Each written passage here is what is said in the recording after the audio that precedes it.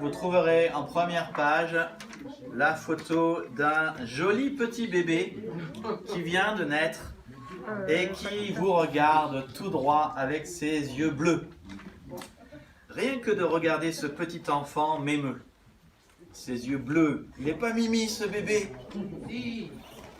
Tu vois combien le regarder nous touche, nous émeut et rien que de le regarder nous change. Peut-être que Jésus-Christ était comme ça, je ne sais pas. En tout cas, tous les bébés sont mignons. Je ne sais pas si Jésus avait les yeux bleus ou pas, on ne sait pas. Mais toujours voir un bébé est une chose émouvante. Et la Bible dit que ce bébé qui est né, ce Jésus qui est né, était bébé, mais aussi plus tard, touchait les hommes. Il émouvait les hommes et il changeait les hommes. Et ce bébé qui a ce pouvoir miraculeux, ce garçon avec ce pouvoir, cet homme avec ce pouvoir, n'avait pas simplement ce pouvoir parce qu'il nous regarde par ses yeux, parce qu'il nous touche, parce qu'il nous émeut, parce qu'il nous change, mais parce que, comme le dit le texte d'ailleurs sur le bulletin, il est dit que la parole a été chère, elle a habité parmi nous, pleine de grâce et de vérité. Nous avons contemplé sa gloire, une gloire comme la gloire du Fils unique venu du Père, et nous avons tous reçu de sa plénitude et grâce pour grâce. Tu vois les effets de ce bébé?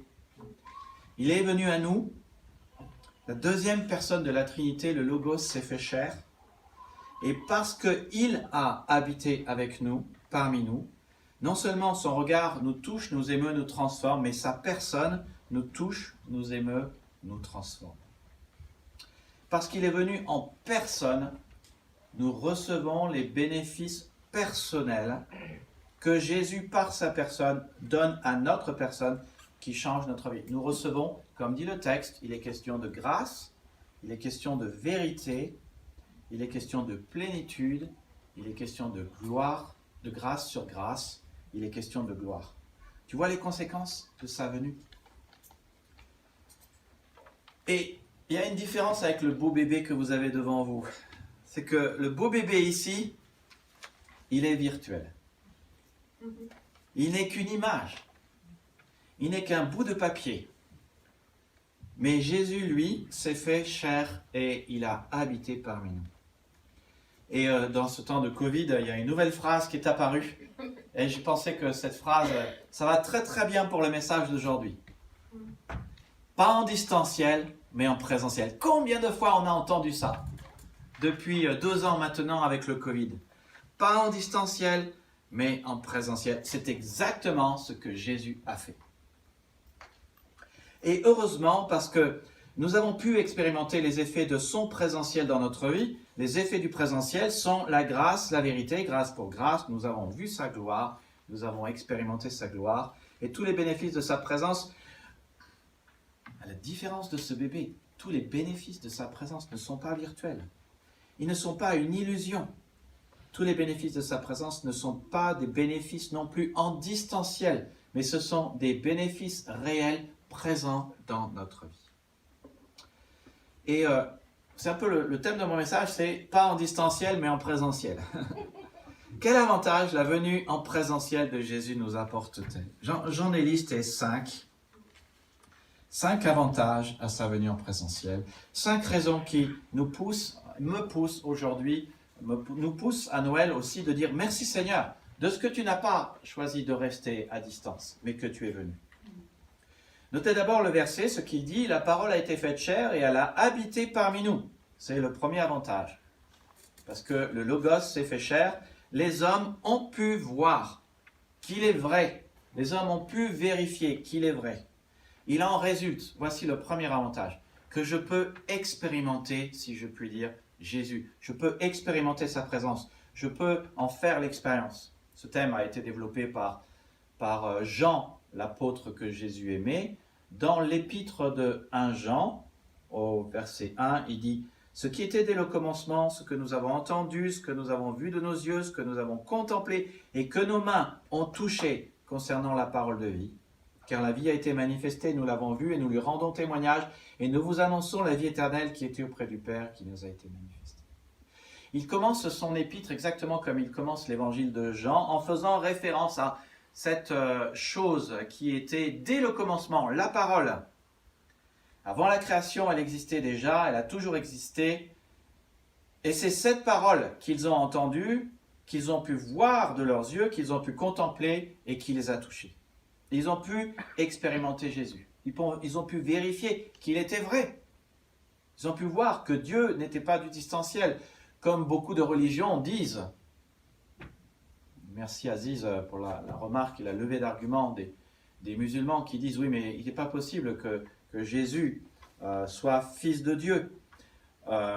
Alors, il se trouve qu'ils ne croient pas cela parce que, Aziz, c'est très juste ce que tu dis, parce qu'en fait, ils pensent et ils disent que Dieu ne peut pas avoir une relation humaine avec une femme, il fait un enfant. Mais en fait, l'expression fils de Dieu veut dire que Jésus est Dieu et qu'il est fils en même temps et qu'il vient du Père et qu'il descend du Père.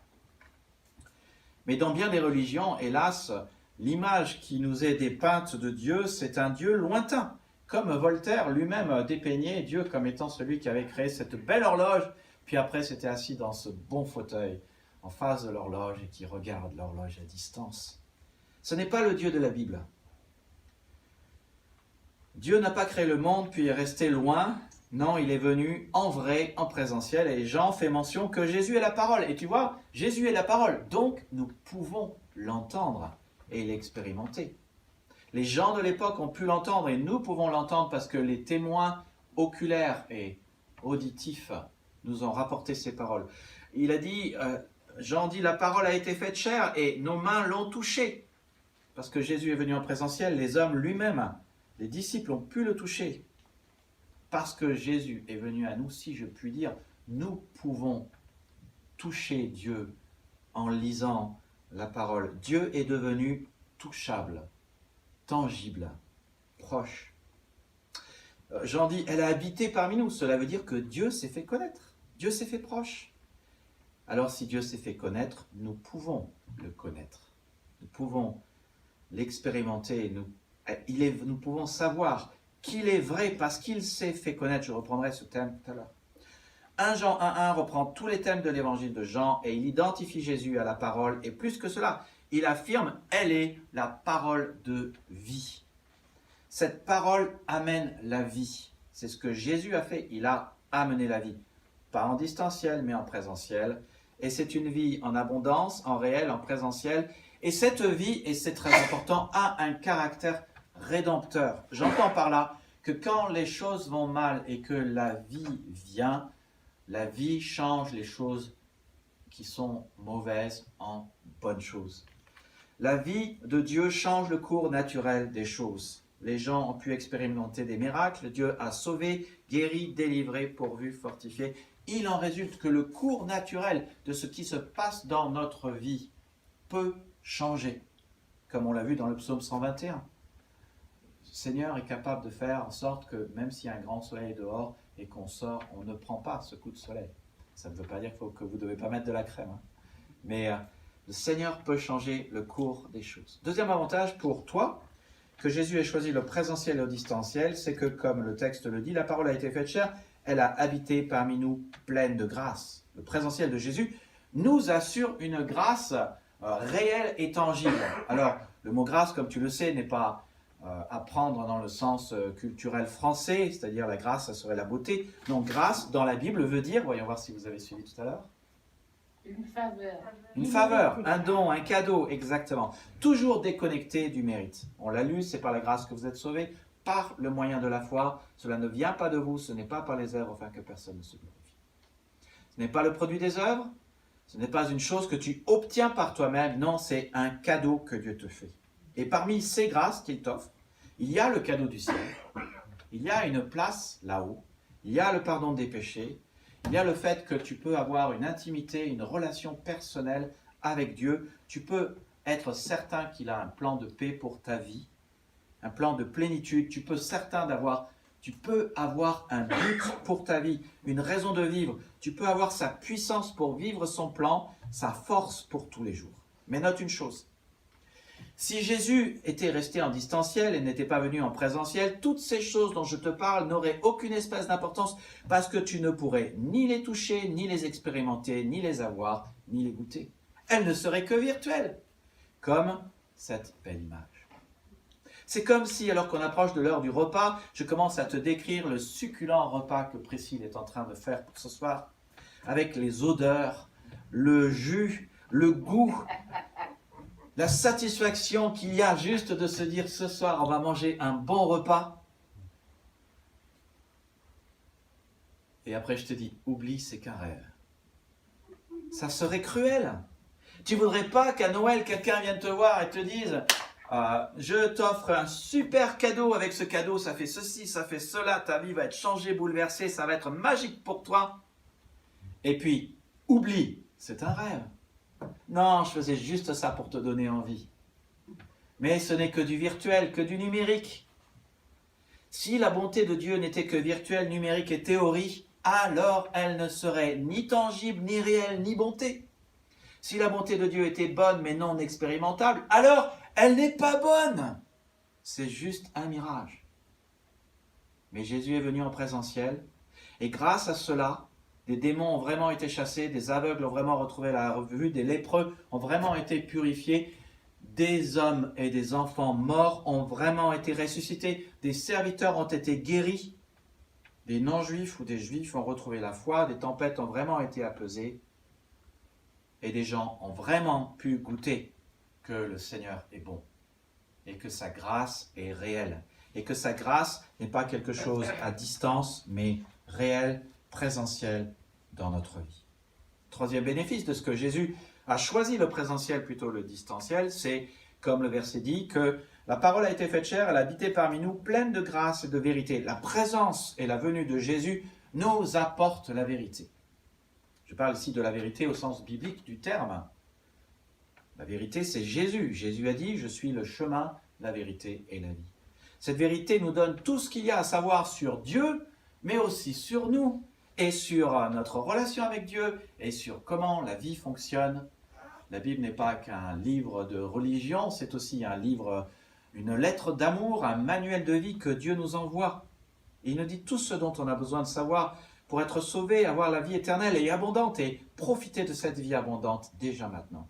Et elle nous dit la vérité sur nous-mêmes. Et ce que j'aime avec Dieu, c'est qu'il équilibre d'un côté la mauvaise nouvelle de ce que nous sommes des pécheurs, et c'est bien vrai, des êtres imparfaits, cassés et brisés, mais qui péchons bien, avec la bonne nouvelle, encore plus grande que la grâce de Dieu s'occupe de mon péché. L'amour de Dieu est plus grand que mon péché et l'engloutit, tout cru. Elle nous dit que sans Dieu, voici ce que la vérité nous dit. Sans Dieu, la vie n'a pas de but et pas de raison d'être vécue. Elle nous dit que sans but et sans raison d'être, notre vie n'a pas de sens. Et qu'une vie sans sens n'a pas d'importance et n'a pas d'espérance. Elle affirme que la vie sans sens, sans but, sans raison d'être est une vie qui ne vaut pas la peine d'être vécue et que rien n'est supportable.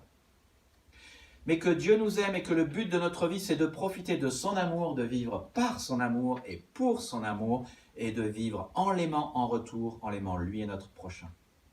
Ça, c'est notre raison d'être, c'est le sens de notre vie, c'est ce qui donne de l'importance à ta vie et de l'espérance. C'est ce qui fait que ta vie vaut la peine d'être vécue et que ça vaut la peine d'être à l'église et de vivre avec l'église cette raison d'être, parce que ta raison d'être est la raison d'être de l'église. Tu vis parce que Dieu t'aime, pour aimer Dieu en retour, pour profiter de son amour et pour aimer les autres et pour faire part aux autres de l'amour de Dieu. Pourquoi est-il si important que Jésus, qui est la parole, vienne en présentiel et ne reste pas en distanciel? Parce que personne n'ouvre une lettre d'une personne qu'il ne connaît pas. Vos parents vous ont toujours dit ça quand vous alliez à l'école, quand vous étiez petit. Quand tu sors de l'école, surtout ne parle pas à un inconnu. Personne n'ouvre une lettre d'une personne qu'il ne connaît pas. On n'ouvre que les lettres des personnes avec lesquelles on a une relation. Parce que tu n'écoutes jamais une personne en qui tu n'as pas confiance. Tu n'écoutes jamais une personne qui est inconnue. Tu n'écoutes jamais une personne qui reste au loin. Connaître la personne, ne serait-ce qu'un minimum, est indispensable pour avoir un minimum de confiance, pour écouter un minimum ce qu'elle a à dire. Il faut que les gens voient qui est Jésus pour avoir confiance en lui et l'écouter. Les paroles et les actes de Jésus dans les évangiles, et particulièrement dans Matthieu 5 à 9, qui est l'évangile qui nous montre que Jésus est le roi, nous montre ses valeurs et nous montre ses actions. Et on voit que ces valeurs sont celles d'un roi, que ses actions sont celles d'un roi puissant et qu'elles inspirent la confiance. Elles montrent qu'on peut lui faire confiance. Quand les musulmans lisent Matthieu 5, les paroles de Jésus, parfois ils disent non mais la Bible a été falsifiée. Amenez un musulman à lire le Sermon sur la montagne et demandez-lui si ce sont des paroles d'un homme. J'ai déjà fait l'expérience. Et la personne a dit « Ah non, ces paroles sont trop pures pour être d'un homme. Ça n'est pas possible que ce soit d'un homme. » Si Dieu avait voulu communiquer avec des fourmis, il se serait fait fourmi. Mais Dieu a voulu communiquer avec des hommes, alors il s'est fait homme. Et donc il a pu communiquer avec les hommes, il a communiqué dans une culture précise, avec une langue précise, pour que ces gens soient impactés, que les disciples soient impactés, pour qu'ils écrivent, pour qu'à notre tour nous puissions prendre conscience que Jésus, qui est la parole, a un message pour nous. Vous avez un message. Et ce message, c'est que certes, nous sommes pécheurs, mais Dieu nous aime tellement qu'il veut passer l'éternité avec nous et il veut que nous passions l'éternité avec lui dans la gloire, la félicité et la vie abondante, guéris de tous nos mal de dos et de tous nos problèmes de santé, guéris totalement parce qu'il nous aime. Mais si Jésus était resté en distanciel, personne ne l'aurait écouté. Quatrième avantage à la venue en présentiel de Jésus, eh bien, c'est que nous avons contemplé sa gloire. Nous voyons par la venue en présentiel de Jésus le caractère extraordinaire de sa personne. La gloire de Dieu dans le Nouveau Testament, c'est sa lumière. À la transfiguration, Pierre et les disciples ont vu la gloire de Jésus. Ils ont vu, il est dit que son vêtement devint d'une blancheur éclatante. Il n'avait pas pris persil ou une lessive spéciale. Soudainement, c'était une blancheur éclatante. On voit cette gloire, on voit cette lumière morale. Je reviens sur Matthieu 5 à 9. On voit la lumière morale de Jésus dans Matthieu 5, le discours sur la montagne où le roi expose ses valeurs. Quand il dit que ce qui compte pour lui, ce n'est pas une religion de l'apparence et de l'extérieur, mais ce qui compte pour lui, c'est la pureté du cœur. C'est ce qu'il y a dans notre cœur, dans nos motivations. Nous ne devrions pas avoir de la colère ou de la rancœur ou dire des gros mots, ni regarder une femme pour la convoiter ou un homme pour le convoiter. Ces valeurs sont juste pures, tellement pures qu'elles sont extraordinaires et glorieuses. Et dans Matthieu 8 et 9, on continue de voir la gloire du roi, non pas exprimée par des paroles, mais par des faits, avec ses miracles. La tempête est apaisée, les démons sont chassés, les serviteurs sont guéris, les lépreux sont purifiés. Là encore, si Jésus n'était pas venu en vrai, les disciples n'auraient pas pu voir le caractère extraordinaire de ses actions. Ils n'auraient pas pu expérimenter la gloire de Jésus et nous dire que oui, c'est bien vrai, cet homme n'est pas une illusion, comme certains libéraux disent « Ah oui, non, mais Jésus ». Il y a le Jésus historique, il y a le Jésus de la foi. Mes amis, c'est un mensonge. Le Jésus historique, c'est le Jésus de la foi. Le Jésus qui a toujours existé n'a pas été fait Dieu par l'Église, non. Il a été fait Dieu, c'était le plan de la rédemption, il a toujours été Dieu. Les disciples ont vu le caractère extraordinaire de Jésus. Mais une chose qu'on apprend, c'est que quand on est témoin d'un si beau bébé, du bébé Jésus qui est né, du caractère extraordinaire de sa personne, on ne peut pas rester que témoin. On ne peut pas rester spectateur et consommateur. Cela nous pousse à répondre à ce qu'on voit avec notre personne, avec nos émotions. Quand on voit un joli bébé comme ça, on ne peut pas rester indifférent. Quand on voit le Jésus extraordinaire de la Bible, on ne peut pas rester indifférent. Jean mentionne ici, il dit « Nous avons contemplé sa gloire », comme devant l'image du bébé. On a de l'émerveillement, de l'amour. Il est beau ce bébé, j'ai envie de le prendre dans mes bras. Quand on voit la beauté de Jésus, on a envie de dire la même chose. Il est beau, Jésus. On a envie de le prendre dans nos bras. Là encore, une telle chose n'aurait pas pu arriver si Jésus était resté en distanciel et s'il n'était pas venu en présentiel. S'il n'avait pas fait ces miracles, Si les disciples n'avaient pas vu cela, ils n'avaient pas dit « Waouh, c'est chaud quand vous êtes dans la tempête et que la tempête fait des vagues de 10 mètres et que Jésus arrive et que tout d'un coup, pouf, c'est le calme plat. » Je peux vous dire, oui, Jésus est extraordinaire. Oui, ils ont vu la gloire de Jésus. Oui, ils savent que c'est du vrai. La gloire de Jésus, c'est sa lumière. Moi, j'aime bien dire aussi, c'est quasiment un feu. Vous savez, un feu, vous le voyez de loin, quand il fait froid. De loin, ça ne sert pas à grand-chose. Il faut s'approcher. S'approcher et faire « c'est bien ». Voilà, c'est la même chose. Et c'est ce que Jésus dit. C'est pour cela que Jésus est venu, pour qu'on ait les bénéfices de sa lumière et de sa chaleur, de sa gloire. Et c'est aussi pour cela que pour que nous recevions des bénéfices, il nous dit, pas du distanciel, mais du présentiel. Viens, viens à moi. Venez à moi, vous tous qui êtes fatigués et chargés, et je vous donnerai du repos. Que celui qui a soif vienne à moi, et je lui donnerai à boire. Et plus tu es près de Jésus, plus tu expérimentes sa gloire et ses bienfaits. Plus tu le contemples, plus tu as envie de t'approcher. C'est ce que Paul disait. Son seul but, c'était d'être plus proche de Christ, afin d'expérimenter la puissance de sa résurrection et aussi de connaître sa mort. Que le vieux moi disparaisse pour que le vrai moi grandisse et vive vraiment. Enfin, note ce qui est dit à la fin de ce passage. Le cinquième avantage à la venue de Jésus, c'est que nous avons tous reçu de sa plénitude et grâce pour grâce. Sa présence remplit notre vie de ses bienfaits. Voilà le cinquième avantage. Il n'est pas question ici simplement d'avoir une grâce de Dieu pour ta vie. Tu vois, le cadeau du ciel, c'est une manière juste d'expliquer ce que Dieu apporte dans son salut. Mais c'est la vie éternelle. Et la vie éternelle, c'est la vie abondante. Et la vie éternelle, elle commence déjà ici-bas. Et la vie abondante, c'est cette plénitude dont il est question ici. Il est question ici pas simplement d'avoir une grâce, mais d'avoir grâce pour grâce, c'est-à-dire grâce après l'autre. Tu en reçois une, puis demain encore une autre, et peut-être plusieurs dans une journée. Et Dieu décide quand il te donne sa grâce, mais ça n'est jamais fini. Tu sais pourquoi? Parce que la grâce de Dieu, elle a un nom. Elle s'appelle Jésus-Christ. Il est vivant. Et il veut nous bénir, il veut te bénir, il veut nous bénir tous. Il est dit aussi dans la Bible que la grâce de Dieu est pour tous. Alors, théologiquement parlant, il s'agit de la grâce générale de Dieu. Matthieu 5, 45, Dieu fait lever son soleil sur les méchants et sur les bons. Il fait pleuvoir sur les justes et sur les injustes. Dieu déverse sa grâce sur tous. Et c'est d'ailleurs une raison pour laquelle nous devons aussi aimer ceux qui ne nous aiment pas, parce que Dieu les aime aussi. Mais si nous croyons en Jésus-Christ, nous sommes aussi au bénéfice d'une grâce supplémentaire, concrète, pratique, réelle, spécifique pour chaque problème que nous rencontrons dans notre vie. Et quand Jean dit « nous avons reçu sa plénitude », il fait référence ici à tous ceux qui ont adhéré à Jésus, à ceux que Dieu appelle les siens, c'est-à-dire ses enfants.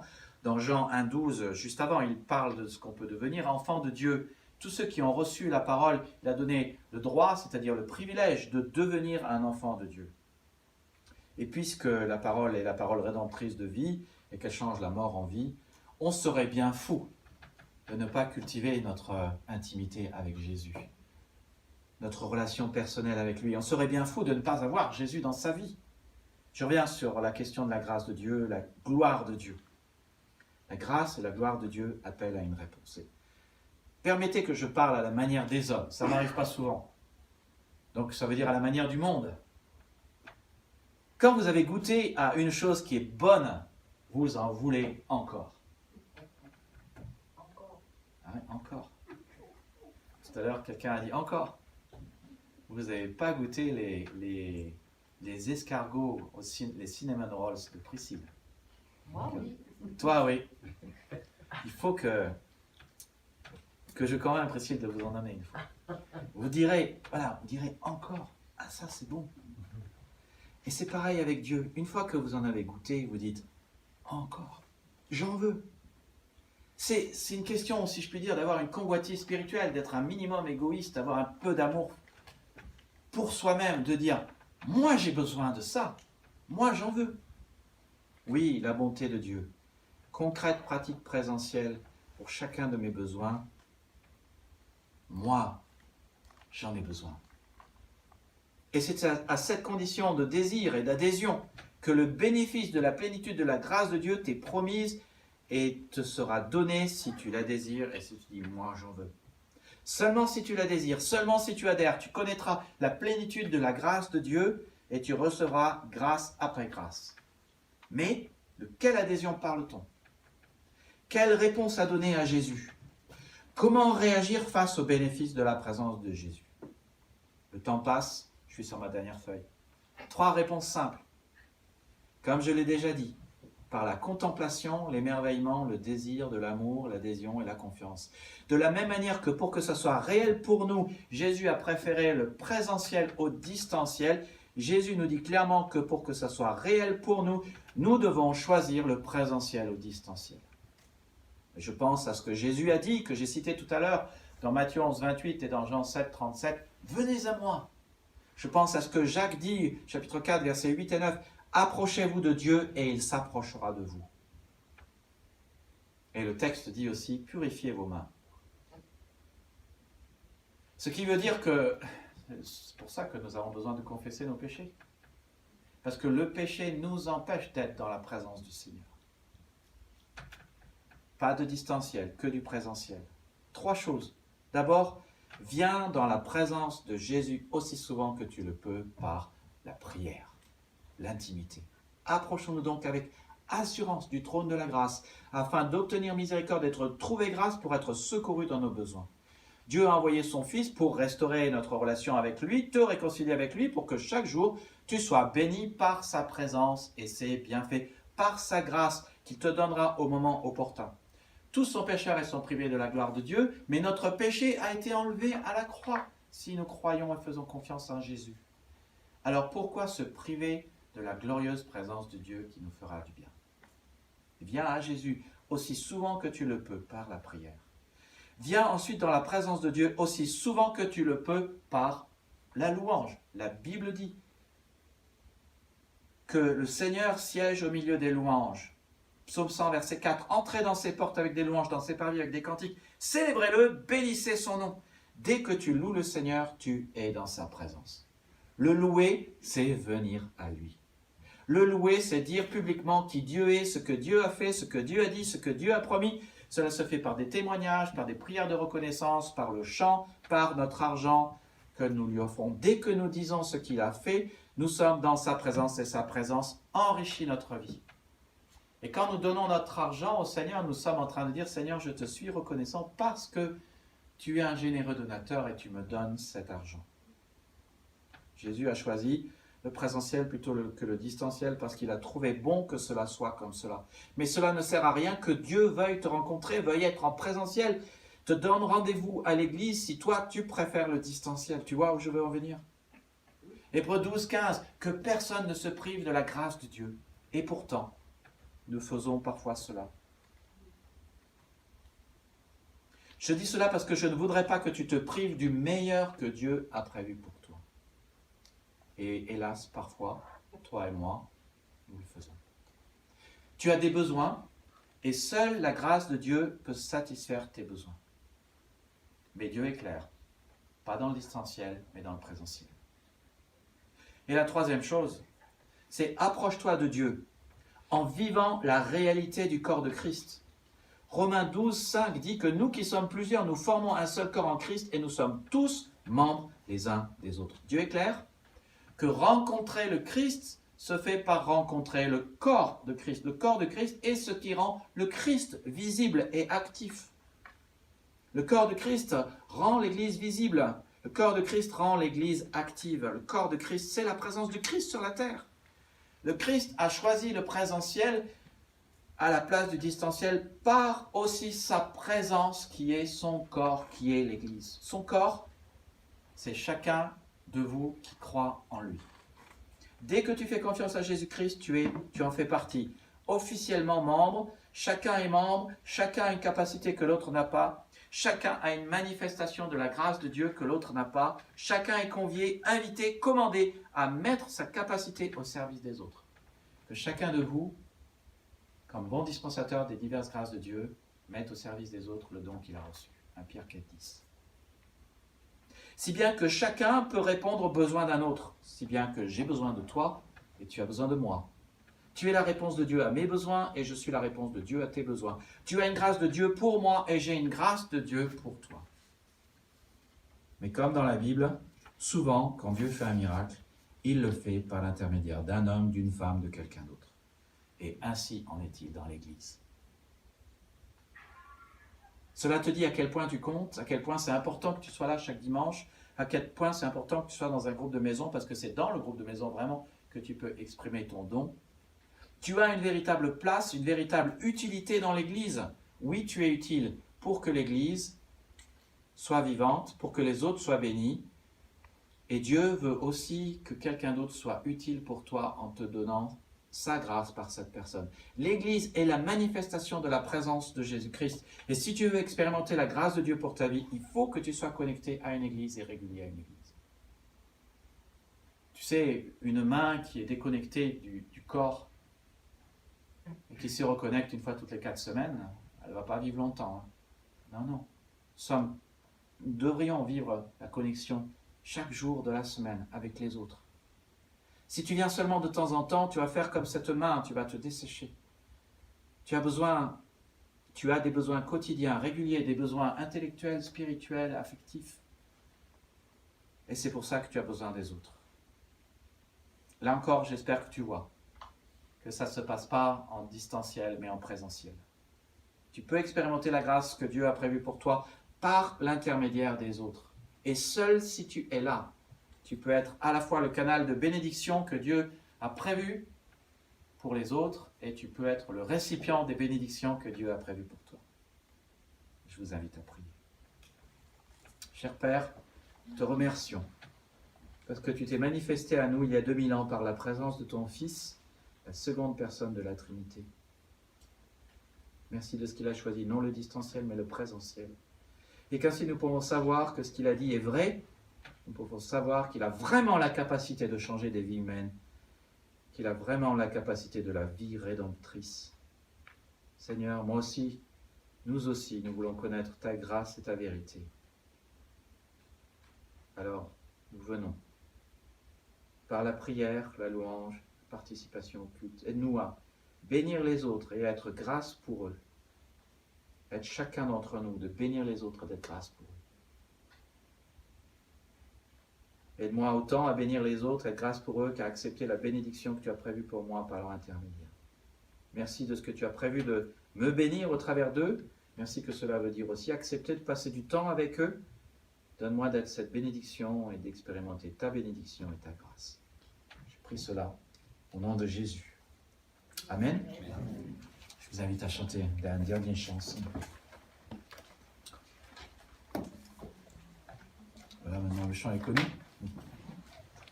Saluez-vous les uns les autres après le culte et passons du temps à nous soutenir mutuellement.